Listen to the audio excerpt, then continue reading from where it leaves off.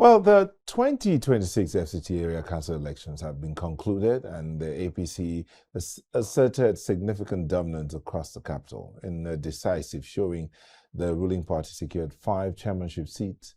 The PDP maintained its stronghold in Gwagwalada. Now, Christopher Mekalangu secured AMAC for the APC with 40,295 votes, overcoming a distant challenge from the ADC. The PDP claimed victory in Gwagwalada as Mohammed Kasim's 22,165 votes outpaced the APC in a competitive race. Joshua Ishaku won Buhari for the APC 18,000 votes, defeating candidates from the ADC and ZLP. In Kwali, Daniel Dumije delivered again for the APC with 17,032 votes, nearly doubling the PDP's total count. Umar Abubakar dominated Abaji with 15,535 votes to beat rivals in YPP and PDP.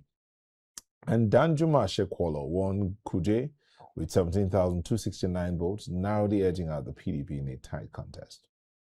Well, we told you earlier that the Obidient Movement was disagreeing with this election result, and joining us in the studio is Daniel Dumije, FCT Coordinator of the Obidient Movement. Thank you for joining us, Daniel. Thank you so much for having me. So why is the Obidient Movement concerned about this election? I mean, this is a small election, and some will say that you didn't really stand a chance. That's what some are saying. I think, one, I will start by saying that the FCT Area Council election is not a small election. We have the AMAC, and you all know what AMAC represents. Abuja Municipal Area Council, otherwise called AMAC, represent the seat of power. You agree with me that virtually all the government functionary resides in AMAC.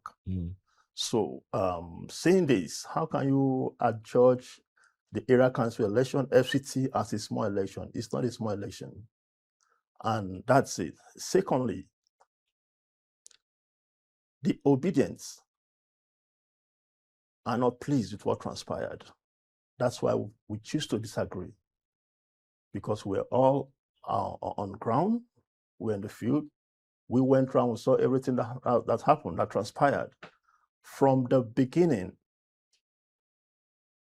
of course, the INEC officials, they were there on time. They were there early. We went around, and everything appeared to be smooth from the beginning. And when these results are coming in, we could see clearly that the ADC, with the Obedients, are supporting, is actually doing very well across the polling units. But all of a sudden, certain things began to change. So you begin to wonder what's happening. Reports from places, all manner of violence, and all that. So violence? Yes, violence. Yes. A lot of it. We have evidences of all these things. Okay, so how do you expect us to agree with what transpired? On a normal note, in a sane, atmosphere of election conduct, I don't think APC would have won the AMAC election. So I asked you about the violence, and I'm shocked to talk about violence because we had reporters in practically all the polling, unless you're saying the violence took place outside of the polling unit. And the people we spoke to at the polling, the voters, all said everything's peaceful here. That's not true. Well, in some area, yes.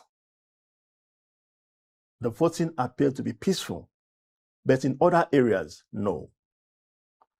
I think, I don't know, we had a case of persons being killed. Yes. In these elections? Yes, at Gwagwa. The Gwagwa was there a case of somebody who must have been killed because he tried to protect the vote. They killed him. In fact, the ADC chairmanship candidate, Dr. Moses Paul, was there.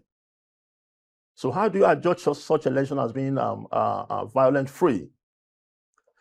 Go to places like Gwarimpa, we saw cases, there are videos where the armed forces, the security agents who are supposed to protect us, went in to snatch ballot boxes. The videos are there. We are not just talking, the evidences are there. You see even the security personnel that are being, deployed to the polling units, shouting. They were being tear gassed.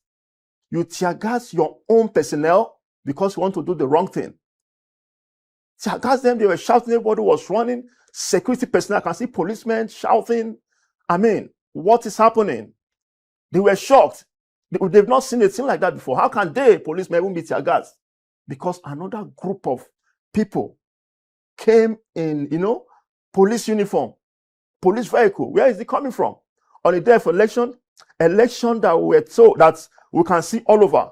Strong, heavy security personnel were deployed all over the places. So where are those coming from? No, tell me. So there is something fishy out there, and that is the magic of the ruling party. So what's the plan? Are you going to the tribunal?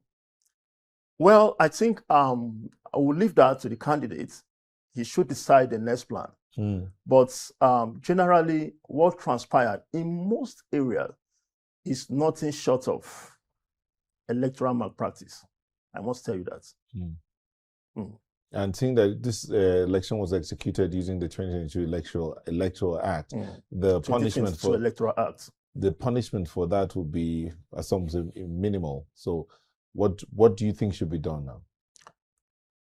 Well, like I said. Well, let me ask you, what do you think of the 2026 Electoral Act? Do you think with that Electoral Act things will be different if this kind of election is conducted under the 2026 Electoral Act? I think the problem has not always been with the Electoral Act. Where has the problem been? The problem is with the system. Yes. And the system is guided by a law. A law that is not working. If the law is working, I don't think even when you discover anomaly in any of the polling units, the law should be able to do something about it. But here, they tell you, go to court. In other words, go to the law. By the time you go to court, you have cases, you have evidence. What's happened? They sweep all this under the carpet, make it appear as if it is immaterial. So, how do you say the law is working? In such community, you can't say the law is working. And the person that is asking you to go to court is as good as the person that's going to handle your case when you get to court. Where is the law? There is no law. So, Daniel, you're saying there is no hope. What's the way forward then? How do we resolve this matter? Nigerians will not give up. All these election malpractices, irregularity, rigging, and all that did not start today. It has been existing for a long time. In fact, ever since Nigeria regained democracy, these things have been happening. We've provided solution, but it appears as if it's not working. But we somewhat believe, that's why we are not giving up, that one day all this will change. We have advanced countries, go and read their history, you see how they started, and today they're enjoying stability because they didn't give up. So we Nigerians will not give up. We will continue. 2027 is going to be, something different. I believe it's going to be something different. Because now we are studying. The case of INEC is another case study. So we are studying what they are doing. By the time you understand how a thief goes about stealing, you also learn how to prepare yourself to make sure that the thief does not continue stealing.